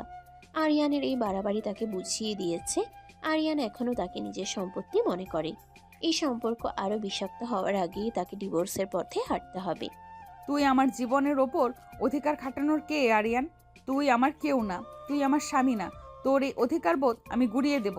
যত দ্রুত সম্ভব এই নাটকের শেষ করতে হবে। ক্যাম্পাসের আনাচে কানাচে তাদের নিয়ে নতুন করে গুঞ্জন শুরু হলো। পুরনো প্রেমিক প্রেমিকা কি আবারও কাছাকাছি আসছে, নাকি তাদের মধ্যে চলছে কোনো গোপন যুদ্ধ? কেউ জানতো না যে এই দুটি মানুষের মাঝেই লুকিয়ে আছে এক বাসর রাতের গোপন শর্ত, আর সেই রাতের উপরই নির্ভর করছে তাদের ভবিষ্যৎ জীবন। ক্লাসের পর আরিয়ান আর আদিবা দুজনেই যেন একে অপরের কাছ থেকে দূরত্ব বজায় রাখতে চাইল। ক্যাম্পাসে যা ঘটল তাতে তাদের দুজনের ভিতরের উত্তেজনা আরও বেড়ে গেল। আরিয়ান সেদিন আর আদিবার সামনে আসার সাহস পেল না। অন্যদিকে আদিবাও মনে মনে প্রতিজ্ঞা করল আরিয়ানের সঙ্গে একা কোনো কথা বলবে না। সন্ধ্যা নামলো। আদিবা শাড়ি পাল্টে সাধারণ সালোয়ার কামিজ পরে রাতের খাবারের জন্য তৈরি হচ্ছিল। আরিয়ান ততক্ষণে ফ্রেশ হয়ে বারান্দায় বসে ফোন দেখছিল। আদি বাবা, তোমার খাবার তৈরি, চলো নিজে চলো। আসছি মা, হাতটা ধুয়ে নেই। শোনো মা, তুমি আর আরিয়ান একসাথে খাও, আমার শরীরটা ভালো লাগছে না। বাবা আমি আর একটু পরেই খেয়ে নেব। তোমরা দুজনে আজ খুব ক্লান্ত। বাবা যাও, আরিয়ানকেও নিচে অপেক্ষা করছে। আদিবা বাধ্য হয়ে শাশুড়ির কথা মতো আরিয়ানের দিকে না তাকিয়ে ঘর থেকে বেরিয়ে নিচে চলে এলো। ডাইনিং টেবিলে আরিয়ান অপেক্ষা করছিল। তাদের দুজনকে এক টেবিলে খেতে দেখে আরিয়ানের বাবা খুশি হয়ে বললেন, বাহ, এই তো চাই। একসঙ্গে বসে খাচ্ছ, তোমাদের দেখলে মনটা ভরে যায়। বন্ধুকে বলতে পারবো আমার ছেলে বউ সব ঠিকঠাক সামলে নিচ্ছে। হ্যাঁ বাবা, আমরা ঠিক আছি। আদিবা আরিয়ানের মুখের দিকে তাকালো। সেই চোখে ছিল কঠিন সতর্কবার্তা। আরিয়ান যেন বোঝাতে চাইল সে পরিস্থিতির দাবি মেনে অভিনয় করছে। আদিবা আর আরিয়ান নীরবে খাওয়া শেষ করলো। ওপরে এসে আরিয়ান দ্রুত ওয়াশরুমে ঢুকে গেল। আদিবা তখন বিছানায় সেই সীমা বাউন্ডারিটা ঠিক করে বালিশটা আরো শক্ত করে রাখলো। ঠিক তখনই তার ফোনটা বেজে উঠল। স্ক্রিনে ভেসে উঠল সোনালির নাম। হ্যালো সোনালি। কি রে, তোদের কি চলছে? তানিম ভাই আরিয়ানের উপর এত ক্ষেপে গেল কেন? আরিয়ান কেন তোকে এভাবে সবার সামনে হুমকি দিয়ে ক্লাস থেকে বের করে দিল? পুরো ক্যাম্পাসে তো তোদের নিয়ে আলোচনা। আরে বাবা কিছু না, ওর মাথা ঠিক নেই। আমি তাকে কিছু জিজ্ঞাসা করিনি। সে একটা ফালতু অজুহাত দেখিয়ে তানিমকে তাড়িয়ে দিয়েছে। ফালতু নাকি স্বামীর অধিকার ফলানো? খিরে, তোদের মধ্যে কি কোনো গোপন চুক্তি হয়েছে? দেখ, আমাকে মিথ্যা বলিস না। কি যে বলিস না, শোন, কোনো চুক্তি হয়নি। আরিয়ানকে আমি কালকেই জিজ্ঞেস করব কেন সে আমার উপরে অধিকার দেখালো। এটা ওর নাটকের বাড়াবাড়ি ছাড়া আর কিছুই নয়। আমি তোকে পরে ফোন করছি, এখন রাখছি। আদিবা দ্রুত ফোনটা রেখে দিল। তার চোখে তখন আগুন জ্বলছে। সে ভাবছিল আমায় নিয়ে নাটক করার সাহস হয় কি করে। ও ভুলে গেছে ও আমার কেউ নয়। ঠিক তখনই আরিয়ান ওয়াশরুম থেকে বের হলো। আদিবা দেরি না করে তার দিকে সরাসরি তাকালো। এই যে মিস্টার আরিয়ান, কালকে ক্যাম্পাসে আমার উপর অধিকার ফলানোর মানে কি? তুই ভুলে গেছিস আমাদের মধ্যে কি চুক্তি হয়েছে? কোন অধিকার? তুমি কিসের কথা বলছো? আমি তো শুধু তানিম ভাইকে স্যারের কথা বলতে গেছিলাম। অভিনয় করবি না, আমি তোর চোখ দেখেছি। তুই আমার উপর অধিকার দেখাচ্ছিলি। তুই কি মনে করেছিস বিয়ে হয়ে গেছে মানেই তুই আমার স্বামী? স্বামী তো আমি আদিবা, কাগজে কলমে, আর তুমি আমার স্ত্রী। এই সীমা পার করবি না কিন্তু। তোর বাবার জীবন বাঁচাতে আমি এই সম্পর্ক মেনেছি, কিন্তু তুই ভুলে যাবি না যে তোর জীবনটা এখন আমার হাতে। আমি চাইলেই কাল ডিভোর্স ফাইল করতে পারি। তুমি ভুলে যাচ্ছ আদিবা, অধিকার কখনো কাগজে কলমে তৈরি হয় না, সেটা ভেতরে ভেতরে জন্ম নেয়। কাল যখন তানিম তোমার খুব কাছে এসেছিল, তখন আমার ভেতরে সেই অধিকারটাই মাথাচাড়া দিয়ে উঠেছিল। কারণ তুমি আমার সম্পত্তি না হলেও আমার কাছে একজন বিশেষ মানুষ ছিলে এবং এখনও আছো। বাজে কথা বলবি না। তুই আমার কেউ ছিলি না, কেউ থাকবি না। আর তোর অধিকার দেখানোর কোনো প্রয়োজন নেই, কারণ আমি তোকে ঘৃণা করি, আর এই ঘৃণা নিয়েই তোকে ডিভোর্স দেব। আদিবার চোখে তখন জল চিকচিক করছে, কিন্তু সে নিজেকে কঠিন রাখলো। আরিয়ান সেই জল দেখতে পেল। তার রাগটা যেন এক লহমায় কমে গেল। সে বুঝতে পারল আদিবার ঘৃণা তার ভালোবাসারই এক ভিন্ন রূপ, কিন্তু সেই ঘৃণা আঘাত করছে। ঠিক আছে, আমি দুঃখিত। কাল যা হয়েছে সেটা ভুল ছিল। আমি আর এই ভুল করব না। তুমি নিশ্চিন্তে ঘুমাও। আরিয়ানার কথা না বাড়িয়ে বিছানার অন্য কোণে শুয়ে পড়ল। আদিবা কিছুক্ষণ দাঁড়িয়ে রইল। আরিয়ানের এই হঠাৎ শান্ত স্বীকারোক্তি যেন তাকে আরো বিভ্রান্ত করে তুলল। সে ভাবল হয়তো আরিয়ান ভয় পেয়েছে। আদিবা দ্রুত সেই সীমার পাশে শুয়ে কম্বল টেনে নিল। আমি এই অভিনয় আর বেশি দিন চলতে দেব না। ও যতবার ভুল করে অধিকার দেখাবে, আমি ততবার ওকে ডিভোর্সের ভয় দেখাবো। এটাই এখন আমার অস্ত্র। ঘর আবার অন্ধকারে ডুবে গেল। আরিয়ান আর আদিবা দুজনেই মুখোমুখি শুয়ে রইল। তাদের মাঝখানে বালিশের সে নীরব প্রাচীর। কিন্তু এই প্রাচীর কি তাদের হৃদয়ের আবেগগুলো কেউ আড়াল করতে পারবে, নাকি অজান্তেই এই দূরত্ব তাদের আরো কাছাকাছি নিয়ে আসবে? যেভাবে আরিয়ান অনিচ্ছাকৃতভাবে তার স্বামীর অধিকার ফলিয়েছিল। পরদিন সকালে আরিয়ানের নতুন পরীক্ষা শুরু হবে। কিভাবে আদিবা শর্ত মেনেও তাকে বোঝানো যায় তাদের বিয়ের সম্পর্কটা শুধু একটা নাটক নয়। সকালে ঘুম থেকে উঠে আদিবা দেখল আরিয়ান ঘরে নেই। সে যেন স্বস্তি নিঃশ্বাস ফেলল। আরিয়ানের উপস্থিতি এখন তার জন্য এক অসহনীয় চাপ। তাড়াহুড়ো করে তৈরি হয়ে সে নিচে নামলো। ডাইনিং টেবিলে আরিয়ানের বাবা একা বসে চা খাচ্ছিলেন। আদিবাকে দেখে তিনি হাসি মুখে ডাকলেন। এসো মা, বসো। আরিয়ানকে তো দেখলাম তোমার জন্য নাস্তার টেবিলে দিয়ে কোথায় যেন গেল। মনে হয় কলেজের জন্য তাড়াহুড়ো করছে। আদিবা অবাক হলো। আরিয়ান তার জন্য নাস্তা দিয়েছে এই প্রথমবার, কিন্তু আদিবা সেটার দিকে ভ্রুক্ষেপ না করে টেবিলে বসলো। চায়ে চুমুক দিয়ে এটা কি আবার রিয়াকশন? এটা কেমন রিয়াকশন? বা আমরা দুজন তো একসাথে ভার্সিটিতে যাও না, একসঙ্গে যাওয়া আসা করো, এতে আমাদের মন ভরে যায়। না বাবা, আমরা সাধারণত একসঙ্গে যাই না। আমাদের ক্লাস শিডিউল আর সময়গুলো আলাদা। ও তাই? যাক গে, ধীরে ধীরে সব ঠিক হয়ে যাবে। তোমরা একে অপরের প্রতি একটু যত্নশীল হলেই হয়। আদিবা দ্রুত নাস্তা শেষ করে ঘর থেকে বের হলো। গেটের কাছে এসে দেখলো আরিয়ান দাঁড়িয়ে আছে এবং তার বাইকের দিকে তাকিয়ে কি যেন ভাবছে। আদিবাকে দেখেই আরিয়ান দ্রুত নিজেকে সামলে নিল। তুমি একা যাচ্ছ? আমি তোমাকে ড্রপ করে দিতে পারি। দরকার নেই, আমি একা যেতে পারি। আর তোমার এই হঠাৎ দেখানো যত্নগুলো আমার সহ্য হচ্ছে না। তুমি তোমার শর্ত মনে রাখো। ঠিক আছে, কিন্তু আজ আমার ক্লাস একটু পরে, তাই ভাবলাম তোমাকে। থ্যাঙ্কস, তবে দরকার নেই। আদিবা হন হন করে এগিয়ে গেল। আরিয়ান হতাশ চোখে তার চলে যাওয়া দেখল। সে বুঝতে পারল আদিবার রাগটা এখনো কমেনি।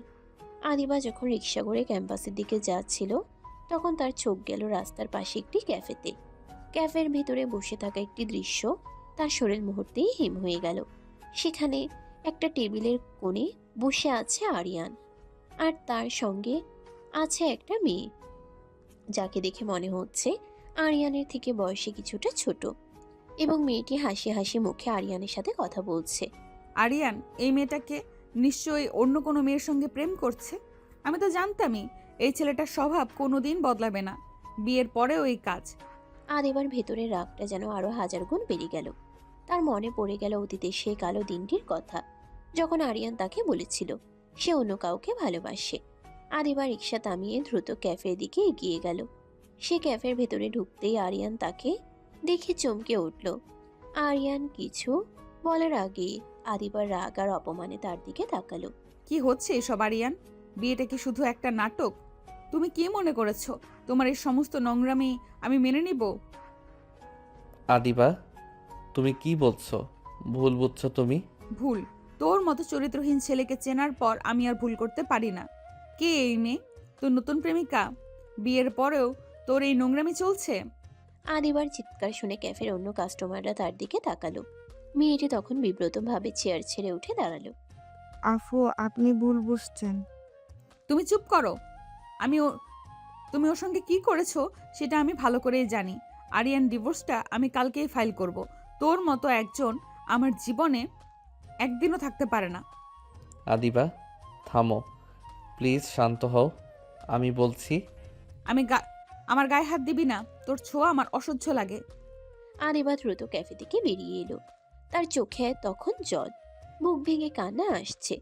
এই ঘটনার পর সে যেন আরো নিশ্চিত হলো আরিয়ান সত্যিই খারাপ, তার সাথে এক মুহূর্ত থাকা সম্ভব নয়। আরিয়ান হতভম্ব হয়ে দাঁড়িয়ে রইল। সে তখন ক্যাফেতে থাকা সেই মেয়েটির দিকে তাকিয়ে করুণ চোখে বলল, দেখলি তো মা, সব শেষ হয়ে গেল। আমার জীবনের সব কিছু তুই শেষ করে দিলি। কি বলছো ভাইয়া? আমি শুধু তোমার সাথে একটা বিষয়ে কথা বলতে এসেছিলাম। তুই যা বললি তাতে তো আমার কোনো দোষ নেই, কিন্তু আদিবা তো সেটাই মনে করলো আমি ওর সাথে প্রতারণা করছি। তুই তো জানিস এই শহরে তুই ছাড়া আমার আর কেউ নেই মা। আরিয়ানের কথা শুনেই বোঝা গেল এই মেয়েটি আর কেউ নয়, সে আরিয়ানের ছোট বোন। আরিয়ান আর তার বোনের মধ্যে অনেক দিন পর দেখা হয়েছে, আর সেই সামান্য কথোপকথন দেখেই আদিবা ভুল বুঝেছে। ভাইয়া, তুমি ওকে সব সত্যটা বলনি কেন? ও আমার কোনো কথা শুনবেই না। ও আমাকে ঘৃণা করে, আর তার ঘৃণা এত বেশি যে সত্যিটাও এখন ওর কাছে মিথ্যা। আমি কি করব এখন? আমাদের সম্পর্কটা যে এমনিতেই সুতোর উপর ঝুলছে। আরিয়ান তখনও হতাশ হয়ে টেবিলের দিকে ফিরে গেল। আদিবার মনে তখনও সেই পুরনো ক্ষত দগদগ করছে, যে আরিয়ান তাকে একদিন ছেড়ে গিয়েছিল। সেই আরিয়ান আজও বদলায়নি, কিন্তু সে তো জানতে পারল না সে আজ যাকে দেখেছে সে আরিয়ানের প্রেমিকা নয়, বরং তার ছোট বোন। অন্যদিকে আরিয়ানও প্রতিজ্ঞা করল আদিবা যে ভুলটা করলো তার জন্য সে আদিবাকে কষ্ট দেবে। সে আদিবার এই ভুলটা কাজে লাগিয়ে তাদের মধ্যে দূরত্ব আরও বাড়ানোর বদলে অন্য কোনো কৌশল নেবে, যেন আদিবা নিজের ভুলটা বুঝতে পারে। তাদের এই নতুন ভুলের উপর ভিত্তি করেই নতুন করে হবে স্বামী স্ত্রীর সম্পর্কে জটিল যুদ্ধ। অন্ধকার ঘর, তাদের দাম্পত্যের প্রথম রাতগুলো এখন এক অসহনীয় নীরবতা। বিছানায় শুয়ে থাকা আদিবার চোখে ঘুম নেই, কেবল ঝলসে উঠছে ক্যাফের সেই দৃশ্য, আরিয়ান আর অচেনা মেয়েটির হাসি মুখ। আরিয়ানের বলা স্বামী তো আমি, আদিবা কথাটি যেন আদিবার কানে বাজছে, আর তার পুরনো ক্ষতকে জাগিয়ে তুলছে। অন্যদিকে আরিয়ানও শুয়ে আছে, তাদের মাঝে বালিশের সীমানা প্রাচীর। তার ভেতরে চাপা রাগ নয়, বরং নিয়তির প্রতি এক গভীর হতাশা, যা তাদের এই বিষাক্ত সম্পর্ককে বেঁধে রেখেছে। আরিয়ানের মন তখন ফিরে গেল 3 বছর আগের এক ভয়ঙ্কর কালো রাতে, যে রাত তাদের জীবন থেকে চিরতরে ভালোবাসাকে মুছে দিয়েছিল। সেই সময় আরিয়ান ছিল ফাইনাল ইয়ারের ছাত্র, আর আদিবা তার সদ্য প্রেমিকা। তাদের সম্পর্ক ছিল ভালোবাসার উষ্ণতায় টকবক। একদিন ক্যাম্পাসের পাশের একটি নিরিবিলি ক্যাফেতে বসেছিল তারা। আদিবা সেদিন জীবনে পাওয়া সবচেয়ে বড় আনন্দের খবরটি দিতে এসেছিল। আরিয়ান, আমার কাছে তোর জন্য অবিশ্বাস্য একটা সারপ্রাইজ আছে। কি এমন সারপ্রাইজ? বিয়ের কার্ডটা কি ফাইনাল করে এনেছো? আরে না, আমার অক্সফোর্ডের ফুল ফ্রি স্কলারশিপ কনফার্ম হয়েছে আরিয়ান। কয়েক মাস পরেই আমাকে চলে যেতে হবে। আদিবা সেদিন জীবনে পাওয়া সবচেয়ে বড় আনন্দের খবরটি দিতে চেয়েছিল। আদিবার উচ্ছ্বাস দেখে আরিয়ানের মুখটা হঠাৎ ফ্যাকাশে হয়ে গেল। তার চোখে আনন্দ নয়, বরং তীব্র আতঙ্ক আর ভয় ফুটে উঠল। কি হলো তোমার? তুমি খুশি নও? আদিবা, আমি পারবো না। কি পারবি না? আমি তোমাকে যেতে দিতে পারবো না। আমাদের সম্পর্ক, আমাদের স্বপ্ন সব ভেঙে যাবে। আমি তোমাকে ছাড়া থাকতে পারবো না। প্লিজ এই স্কলারশিপটা ছেড়ে দাও। তুমি কি বলছো আরিয়ান? এটা আমার সারা জীবনের স্বপ্ন, তুমি আমাকে ত্যাগ করতে বলছো? হ্যাঁ বলছি, কারণ আমি তোমাকে ভালোবাসি। আমি তোমাকে হারাতে চাই না। ভালোবাসা মানে কি আরিয়ান? নিজের স্বার্থে আমাকে আমার স্বপ্ন থেকে দূরে ঠেলে দেওয়া? আদিবা শোনো, আমার জীবনে অন্য একজন আছে, যাকে আমি সবসময় ভালোবেসেছি আর তাকেই ভালোবাসি। তুমি আমার জীবনের একটা সাময়িক ভালো লাগা ছিলে। এখন আমি বুঝতে পারছি আমি তোমাকে বিয়ে করতে পারবো না। আমি অন্য একজনকে ভালোবাসি আদিবা, আমি তাকে বিয়ে করব। আরিয়ানের এই কথাগুলো আদিবার হৃদয়ে ছুরির মতো আঘাত হানল। তার কাছে মনে হলো আরিয়ান শুধু তার স্বপ্নকেই নয়, তাদের বিশ্বাস আর ভালোবাসাকেও বিশ্বাসঘাতকতা করেছে। অন্য মেয়ের কথা বলে সম্পর্ক ভাঙাটা ছিল তার জীবনের চরম অপমান। আদিবা সেই দিনেই নিজের ভালোবাসাটিকে খুন করে তার জায়গায় ঘৃণা আর প্রতিশোধের বীজ বপন করেছিল। সেই স্মৃতি আজও আরিয়ানকে যন্ত্রণা দেয়। সে জানে আদিবা আজও সেই বিশ্বাসঘাতকতার জন্য তাকে ঘৃণা করে, কিন্তু আদিবা জানে না কেন সে এমন নিষ্ঠুর মিথ্যা বলেছিল। আদিবা, তুমি জানো না আমি কেন সেদিন নিজেকে এত বড় প্রতারক হিসেবে প্রমাণ করেছিলাম? আমার বাবার হার্টের অবস্থা তখন খুব খারাপ ছিল। অপারেশন না হলে তাকে বাঁচানো যেত না, কিন্তু আমার হাতে কোনো টাকা ছিল না। আমার বোনই আমাকে সেদিন বলেছিল, তুমি আদিবাকে তোমার জীবনের সবচেয়ে খারাপ মানুষ হিসেবে নিজেকে প্রমাণ করো। ও যেন ঘৃণা করে তোমাকে ছেড়ে চলে যায়, ওর স্বপ্নটা যেন নষ্ট না হয়। তুমি ওকে মুক্তি দাও ভাইয়া। আদিবার স্বপ্ন বাঁচাতে আরিয়া নিজের ভালোবাসার সম্মান এবং আদিবার চোখে তার নিজের ইমেজ সবকিছু বিসর্জন দিয়েছিল। কিন্তু আজ যখন তাদের ভাগ্য আবার এক করে দিয়েছে, সে আত্মত্যাগের ফল হিসেবে আদিবার তীব্র ঘৃণাটাই তাদের সম্পর্কের প্রধান বাধা। অন্যদিকে আদিবার মনে তখনও ক্যাফের দৃশ্যটা দগদগ করছে। সে নিশ্চিত আরিয়ান বদলায়নি। আরিয়ান তো বদলায়নি। সেদিনও সে আমাকে ছেড়েছিল, আজও সে বিয়ের পরেও অন্য মেয়ের সঙ্গে হাসছিল। আমার সন্দেহ ঠিক ছিল, কিন্তু আমি আর দুর্বল নই। আমি তার দুর্বলতা জানি। তার বাবা আমার শর্তের কথা মনে করিয়ে দিয়ে আমি ওকে জব্দ করব। ঘৃণা এবং ভুল বোঝাবুঝির এই বিষ এখন আরো তীব্র।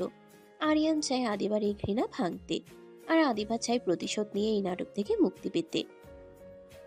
আদিবা, আমি জানি তুমি আমাকে ঘৃণা করো, কিন্তু আমি আর তোমাকে ভুল বুঝতে দেব না। আমি তোমার শর্ত মেনে চলবো, কিন্তু তুমিও দেখবে তোমার সেই ঘৃণা আমার ভালোবাসার সামনে কতক্ষণ টিকে থাকে। পরের দিন সকালে ঘুম থেকে উঠে আদিবা দেখলো আরিয়ান ঘরে নেই। সে স্বস্তি বোধ করলো, কিন্তু নিচে নামতেই দেখলো আরিয়ানের বাবা মা দুজনেই টেবিলে বসে আছেন। কি ব্যাপার মা, আরিয়ান কোথায়? আজ দুজনে একসঙ্গে ভার্সিটিতে যাচ্ছ না? আজ আরিয়ান তোমাদের সাথে যাবে না, তার একটা জরুরি কাজ আছে। সে আমাকে বলে গেছে আমি যেন তোমাকে নিয়ে যাই। চলো মা, নাস্তাটা করে নাও। আদিবা অবাক হলো। আরিয়ান তার জন্য নাস্তা দিয়েছে, আবার এখন শাশুড়ি মা তাকে ভার্সিটি পৌঁছে দেবেন। আরিয়ানের এই হঠাৎ পরিবর্তন তাকে বিভ্রান্ত করলো। কি মতলব ওর? হঠাৎ এত ভালো সাজার চেষ্টা কেন? আদিবা যখন নাস্তা করছে তখন তার শাশুড়ি মা তার হাত ধরে মৃদু স্বরে বললেন, মা, আরিয়ান আমাকে সব বলেছে। আদিবার চোখ কপালে উঠল। আরিয়ান আমাকে বলেছে সে তোমাকে সময় দিতে পারেনি, আর তার এই ভুলটা সে বুঝতে পেরেছে। সে তোমাকে অনুরোধ করেছে আমি যেন তোমাকে ভার্সিটি পর্যন্ত পৌঁছে দিই। সে চায় তুমি যেন তার উপর কোনো চাপ অনুভব না করো। তোমরা দুজন যেন নিজেদের মতো করে দূরত্ব বজায় রাখতে পারো। আরিয়ানের এই ভালো স্বামী সাজার কৌশল আদিবাকে আরো ক্ষিপ্ত করলো। সে বুঝতে পারলো আরিয়ান কৌশলে তাকে দুর্বল করতে চাইছে, যাতে সে আর ডিভোর্সের কথা না বলতে পারে।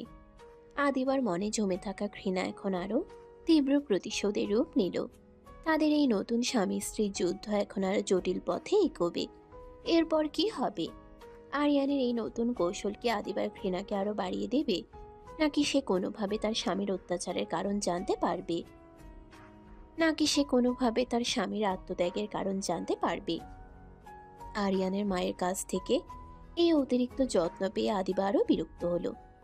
আরিয়ান যে তাকে কৌশলে দুর্বল করার চেষ্টা করছে তা তার কাছে স্পষ্ট, কিন্তু ভার্সিটির গেটে যখন শাশুড়ি তাকে নামিয়ে দিলেন তখন তার ভেতরে একটা অদ্ভুত শূন্যতা অনুভব হলো।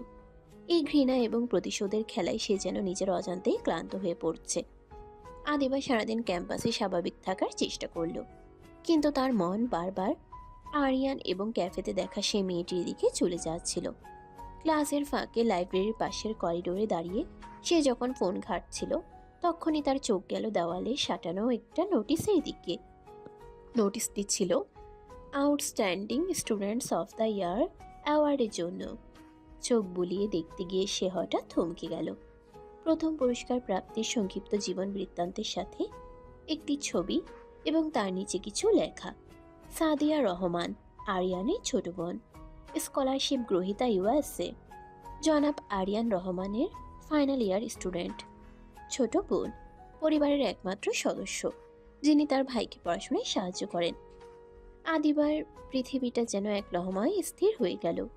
সাদিয়া রহমান, ক্যাফেতে আরিয়ানের সাথে থাকা মেয়েটি সাদিয়া, আরিয়ানের ছোট বোন। তার হাত থেকে ফোনটা ফসকে পড়তে যাচ্ছিল। আরিয়ানের বোন, আমি কি করলাম? আমি ওকে জিজ্ঞাসা করিনি, শুধু পুরনো ক্ষোভের ভিত্তিতে। তার মনে পড়ল ক্যাফেতে মেয়েটি বলেছিল, আপু আপনি ভুল বুঝছেন, আর সে তাকে থামিয়ে দিয়েছিল। আরিয়ানের চোখ তখন কতটা অসহায় ছিল যখন সে চিৎকার করে বলেছিল, বিয়েটা কি শুধু একটা নাটক? তুমি কি মনে করেছো তোমার এই সমস্ত নোংরামি আমি মেনে নেব? আরিয়ান তখন বারবার শান্ত হতে বলেছিল, কিন্তু সে শোনেনি। আদিবা বুঝতে পারল তার 3 বছর আগের ঘৃণা এবং প্রতিশোধের নেশা তাকে কতটা অন্ধ করে দিয়েছে। সে আরিয়ানের জীবনের সবচেয়ে কাছের মানুষটিকে ভুল বুঝে অপমান করেছে, সবার সামনে তাকে চরিত্রহীন বলেছে, আর আরিয়ান সে অপমান নীরবে সহ্য করেছে। তার ভুলটা শুধরে দেওয়ার জন্য এক মুহূর্তের জন্য আদিবার গায়ে হাত তুলেনি বা উঁচু গলায় কথাও বলেনি। আদিবার রাগটা মুহূর্তেই গলে গেল, তার ভেতরটা অনুশোচনায় ভেঙে যেতে লাগলো। সে মনে মনে ভাবলো, আমি যাকে প্রতারক ভেবে ঘৃণা করছিলাম সে হয়তো আজও আমার সামনে নিজেকে খারাপ প্রমাণ করে চলেছে, শুধু আমার অজানা কোনো কারণে। আর ক্লাস করার সাহস বা ইচ্ছে হলো না আদিবার। সে দ্রুত ক্যাম্পাস থেকে বেরিয়ে রিক্সা নিল। তার মন তখন উথাল পাথাল করছে, কিভাবে সে এই ভুলটা শুধরাবে। আরিয়ানের কাছে ক্ষমা চাওয়া ছাড়া আর কোনো পথ নেই। পাশে পৌঁছে সে আরিয়ানকে খুঁজতে লাগলো। সে দেখলো আরিয়ান বারান্দায় বসে ল্যাপটপে কাজ করছে। আদিবা নিঃশব্দে তার কাছে গিয়ে দাঁড়ালো। আরিয়ান তাকে দেখে একটু চমকে উঠল, তার চোখে সেই পুরনো সতর্কতা। তুমি এত তাড়াতাড়ি ফিরে এলে যে? তোমার ক্লাস শেষ? আরিয়ান, আমি তোমাকে অপমান করেছি, আমার ভুল হয়েছে। কিসের অপমান? কিসের অপমান? তুমি তো গতকালও আমাকে অপমান করেছো, আজ আবার কিসের কথা বলছো? প্লিজ এভাবে বলো না। আমি তোমার বোনকে দেখেছি নোটিশ বোর্ডে, আমি বুঝতে পেরেছি সে তোমার প্রেমিকা ছিল না। আমি কাল ক্যাফেতে যা করেছি সেটার জন্য আমি খুব দুঃখিত আরিয়ান, আমি ক্ষমা প্রার্থী। আদিবার কণ্ঠস্বর শুনে আরিয়ান ধীরে ধীরে ল্যাপটপ থেকে চোখ তুলে তার দিকে তাকালো। আদিবার চোখে সেই তীব্র ঘৃণা নেই, আছে কেবল গভীর অনুতাপ। তোমার ভুলটা যখন বুঝতে পেরেছো তখন আর ক্ষমা চাওয়ার কি আছে? প্লিজ আরিয়ান, আমাকে ক্ষমা করো। আমার এই প্রতিশোধের নেশা, আমার এই পুরনো রাগ সব কিছু আমাকে অন্ধ করে দিয়েছে। আমি শুধু তোমাকে ঘৃণা করতে চেয়েছি, আর এর জন্য তোমার বোনকে, তোমার আপনজনকে আঘাত করেছি। আমি ভুল বুঝেছি। তুমি আমাকে সেদিন কেন ছেড়ে গিয়েছিলে সেটা না জেনেই। আদিবা, কি করছো এসব? কেউ দেখে ফেলবে। আমার আর কিছুতেই যায় আসে না। আমি জানি তোমার সঙ্গে আমার সম্পর্কটা একটা চুক্তির উপর দাঁড়িয়ে আছে, কিন্তু একজন মানুষ হিসাবে আমি তোমার প্রতি অন্যায় করেছি। আমাকে বলো, কেন সেদিন তুমি আমাকে ছেড়ে গিয়েছিলে? কেন আমাকে বলেছিলে অন্য কাউকে ভালোবাসো? আমি জানতে চাই আরিয়ান। আরিয়ান আদিবার চোখের দিকে তাকালো। সেই চোখে আর ঘৃণা নেই, আছে কেবল জানার তীব্র আকাঙ্ক্ষা। আরিয়ান বুঝলো এবার সময় এসেছে সত্য বলার। এবার হয়তো তাদের মাঝের এই ঘৃণার প্রাচীর ভাঙতে পারে। ঠিক আছে আদিবা, তুমি শুনতে চেয়েছো, আমি তোমাকে বলবো, কিন্তু এখানে নয়। আমার মনে হয় আমাদের দুজনের মধ্যে এই প্রথমবার সত্যি কথাটা বলা জরুরি। আজ রাতে এই ঘরের দরজা বন্ধ করে আমাদের সেই বাসর রাতের গোপন শর্তের বাহিরে আমরা একবার কথা বলবো। তুমি প্রস্তুত? আমি প্রস্তুত আরিয়ান। সন্ধ্যার পর আরিয়ান আর আদিবা রাতের খাবার নীরবে শেষ করলো।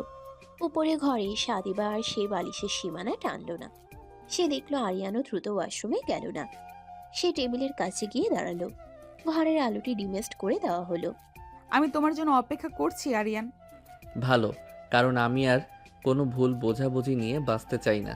আমি সেদিন তোমাকে কেন ছেড়ে গিয়েছিলাম, কেন আমি তোমাকে মিথ্যা বলেছিলাম, সব কিছু আমি তোমাকে বলবো। তুমি সেদিন আমাকে চরম অপমান করেছো, কিন্তু আমি বুঝতে পেরেছি সেটা তোমার ঘৃণা থেকে আসেনি, এসেছে তোমার তীব্র কষ্ট থেকে। শোনো আদিবা, তুমি যেদিন স্কলারশিপ পেয়েছিলে তার ঠিক 2 দিন আগে আমার বাবার হার্টের অ্যাটাক হয়েছিল। ডাক্তাররা বলেছিলেন। আরিয়ান থেমে গেল। আদিবার রুদ্ধশ্বাসে তার দিকে তাকিয়ে রইল। সেই রাতে তাদের মাঝে থাকা নীরব প্রাচীরটা ভেঙে পড়তে শুরু করলো। আদিবা এবার হয়তো জানতে পারবে আরিয়ানের সেই চরম বিশ্বাসঘাতকতার পিছনে লুকিয়েছিল এক মহান আত্মত্যাগ। এই সত্য কি তাদের ঘৃণা এবং প্রতিশোধের সম্পর্ককে ভালোবাসায় ফিরিয়ে আনতে পারবে? এখন আদিবা আরিয়ানের আত্মত্যাগের সে পুরনো সত্যটা জানতে পারবে। আপনি কি জানতে চান আরিয়ান তার বাবার অসুস্থতা এবং টাকার জন্য কিভাবে নিজেকে খারাপ প্রমাণ করেছিল? সে সম্পূর্ণ সত্যটি। ঘর অন্ধকার, কেবল পড়ার টেবিলের আবছা আলোয় আরিয়ান আর আদিবা একে অপরের মুখোমুখি। ঘরের সেই পুরনো নীরব প্রাচীর আজ ভেঙে গেছে। আদিবা তার ভুল বোঝার অনুশোচনা নিয়ে দাঁড়িয়ে, আর আরিয়ান দাঁড়িয়ে এক দীর্ঘ চাপা সত্য নিয়ে। প্লিজ বলো আরিয়ান, তোমার বাবার কি হয়েছিল? কেন তুমি আমাকে সেদিন মিথ্যা বলে দূরে ঠেলে দিয়েছিলে? শোনো আদিবা, তুমি যেদিন স্কলারশিপ পেয়েছিলে তার ঠিক 2 দিন আগে আমার বাবার হার্ট অ্যাটাক হয়। ডাক্তাররা বলেছিলেন জরুরি অস্ত্রোপচার ছাড়া তিনি বেশি দিন বাঁচবেন না, কিন্তু অপারেশনের জন্য আমাদের কাছে যথেষ্ট টাকা ছিল না। আমার ছোট বোন সাদিয়া তখন জানালো সে তার স্কলারশিপের টাকা দিয়ে বাবাকে বাঁচাতে পারবে, কিন্তু সেই টাকা দিলে তার নিজের বিদেশ যাওয়া আটকে যেত। ও গড! আর সেই কারণেই তুমি তুমি চাওনি আমার স্বপ্নটা নষ্ট হোক, তাই আমাকে আঘাত করে দূরে ঠেলে দিয়েছিলে?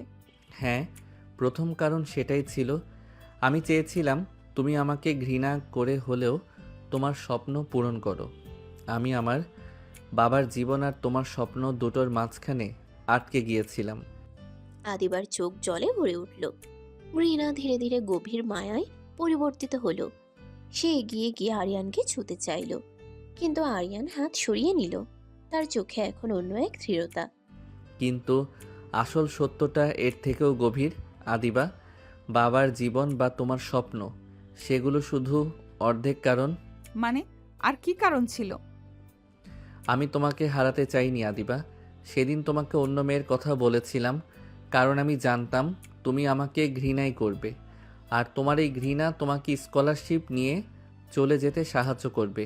কিন্তু যখন তুমি গেলে তখন আমার মনে হলো যদি তুমি ফিরে না আসো, যদি স্কলারশিপের টানে তুমি সেখানেই স্থায়ী হয়ে যাও। আরিয়ানের কথা শুনে আদিবা হতভম্ব হয়ে গেল। সে আরিয়ানকে তার স্বপ্নের পথ সুগম করার জন্য আত্মত্যাগকারী একজন মানুষ হিসেবে দেখেছিল, কিন্তু এই কথাগুলো অন্য কিছুর ইঙ্গিত দিচ্ছে। তুমি কি বলছো? তোমার কথাগুলো পরিষ্কার করো।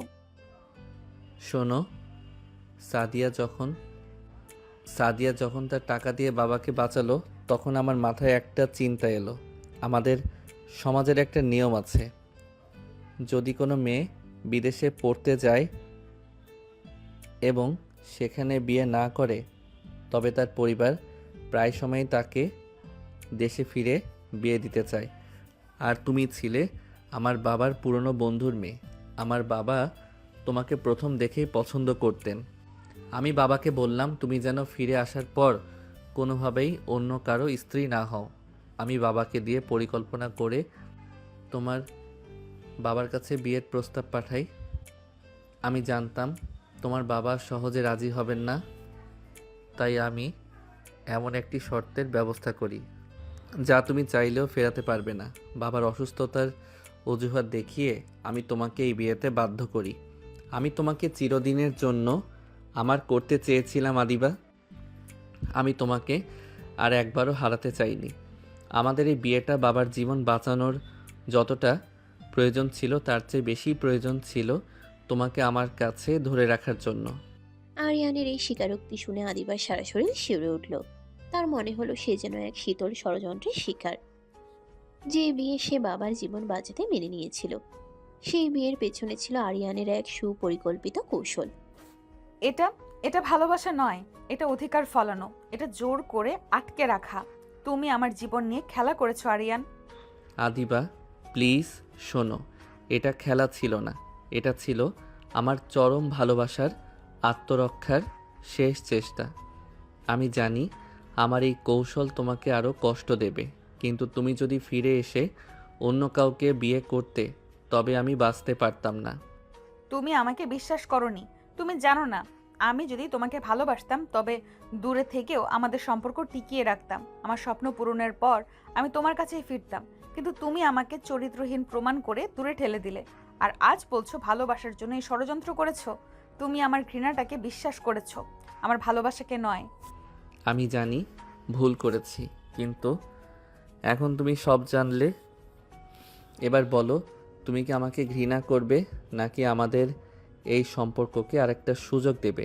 আমি তোমার ডিভোর্সের শর্ত মেনে নিয়েছি, কিন্তু আজ আমি এই প্রথম সেই শর্ত ভেঙে তোমাকে বলছি, আমি তোমাকে আমার স্ত্রী হিসেবে চাই। আদিবা কিছুক্ষণ আরিয়ানের দিকে তাকিয়ে রইল।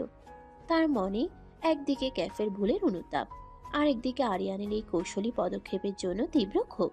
সে বুঝতে পারছে আরিয়ান খারাপ মানুষ নয়, কিন্তু সে তার ভালোবাসা জোর করে আদায় করতে চেয়েছে। তুমি আমাকে যে আঘাত দিয়েছো আরিয়ান, সেটা শুধু মিথ্যা বলার জন্য নয়, আমার প্রতি তোমার অবিশ্বাস এবং এই ষড়যন্ত্রের জন্য। আমি তোমাকে ক্ষমা করতে পারলেও তোমার এই কৌশলকে মেনে নিতে পারবো না। আমাদের চুক্তি বহাল থাকবে আরিয়ান। আমি তোমার কোনো কথাই শুনবো না। আমি ডিভোর্স ফাইল করব। আদিবা দ্রুত বিছানার দিকে গেল। সে সেই বালিশটা টেনে এনে আবার তাদের মাঝখানে দাঁড় করিয়ে দিল, তবে এবার আরো শক্তভাবে। সেই নীরব প্রাচীরটা আবার তৈরি হলো, কিন্তু এবার সেই প্রাচীর ঘৃণার নয়, বরং অবিশ্বাস আর ক্ষোভের। আরিয়ান জানতো সত্যটা বললে হয়তো আদিবা আরো রেগে যেতে পারে, কিন্তু সে ঝুঁকিটা নিয়েছিল। সে হতাশ হয়ে দাঁড়িয়ে রইল। তার কৌশল উল্টো ফল দিয়েছে। আদিবার ঘৃণা হয়তো কিছুটা কমেছে, কিন্তু তার অবিশ্বাস এখন চরম সীমায়। আরিয়ানের মনে এখন নতুন প্রতিজ্ঞা। সে আর আদিবার শর্ত মেনে চুপ করে থাকবে না। আদিবাকে বোঝাতে হবে ভালোবাসার জন্য সে সব করতে পারে, এমনকি ষড়যন্ত্র। তাদের দাম্পত্যের এই নতুন যুদ্ধ শুরু হলো ডিভোর্স এবং ভালোবাসার টানাপোড়ে নিয়ে। কিন্তু আরিয়ান তো কোনোভাবেই দমে যাওয়ার পাত্র নয়। আদিবা যখন তাদের মাঝখানে বালিশটা রেখে অপর পাশ হয়ে ঘুমিয়ে পড়ল, তখন আরিয়ান বেশ কিছুক্ষণ পরিস্থিতি বোঝার চেষ্টা করলো। এরপর হুট করে আরিয়ান আদিবার দিকে এগিয়ে গেল এবং আস্তে আস্তে তাদের মাঝখানে বালিশটা সরিয়ে দিতে লাগলো।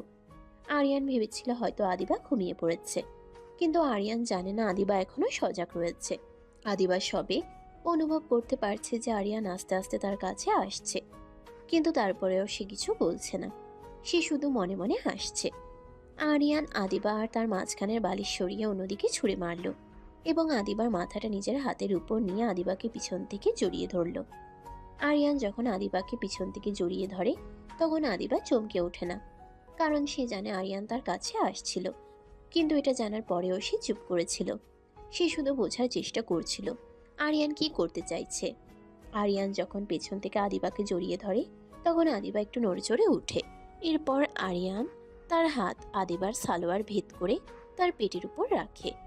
আরিয়ানের এমন অবাধ্য স্পর্শে আদিবা কেঁপে কেঁপে উঠে।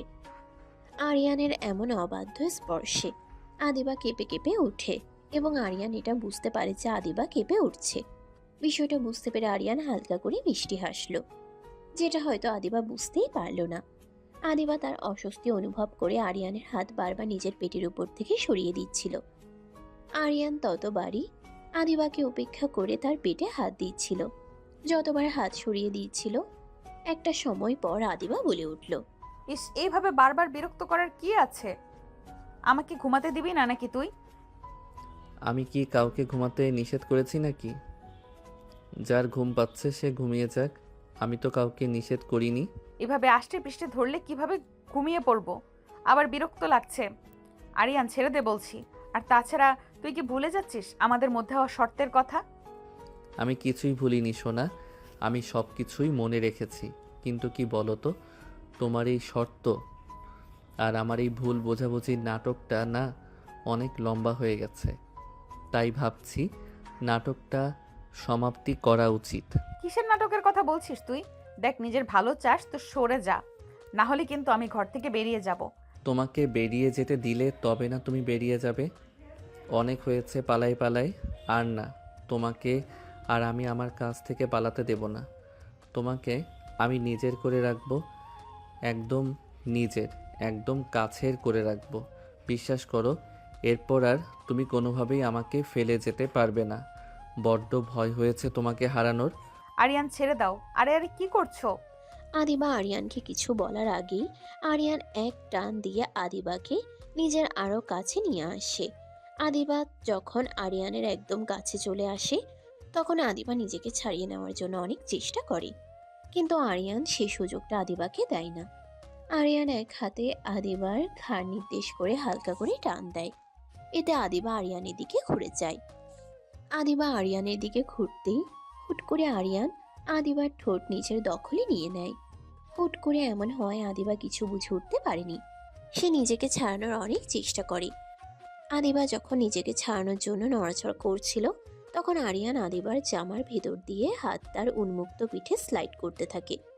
এতে আদিবা যেন একদম জমে ফ্রিজ হয়ে যায়।